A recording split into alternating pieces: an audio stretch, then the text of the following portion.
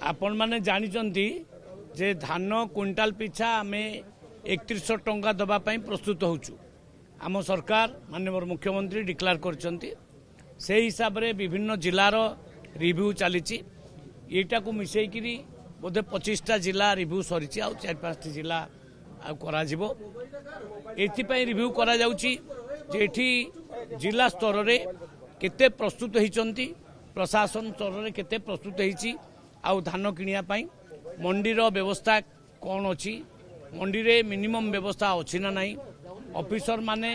प्रत्येक मंडी पिछा जड़े नोडाल officer appointment होती 4-5टा मंडी को लेकिन जड़े सुपरभाइजर नियुक्ति होती एवं पूरा जिला को देखिए निजे माननीय जिलापाल एवं 2टा जिला को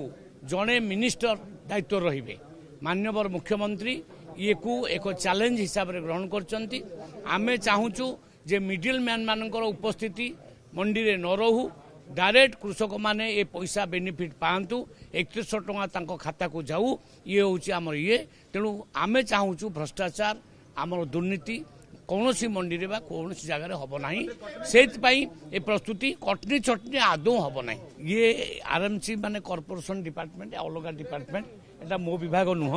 जदि कहउचंती तार जदि कॉपी गोटे मते देबे मु मान्यवर कोऑपरेशन मिनिस्टर सहित बसी एटा को आलोचना करी। ईकेवाईसी देखंतु 85% ईकेवाईसी सारा ओडिसा सइलानी आ मात्र 15% एई मास शेष सुधा ईकेवाईसी सरीबो। आमे माने एई मासर शेष किमा डिसेंबर 1 सुधा आमे नुआ राशन कार्ड दबु नहीं सेटा अनेक जगार आम पाखे कम्प्लेन आसी किंतु कथा हूँ कौन चाउलटा आमठू माने एजुकेशन डिपार्टमेंट नहीं सारा से माने ब्लॉक को दौरान ब्लॉक रे किंबा ट्रांसपोर्ट सिस्टम रे कोठी गोलमाल अच्छी जदि स्पेशल कोठी माने कम्प्लेन आसीबो ताकू इनक्वारी करा जिवो नहीं सेटा एई डीलर बाबद रे सरकार डिसीजन नौचंती खूब शीघ्र या ऊपर डिसीजन निया जिवो।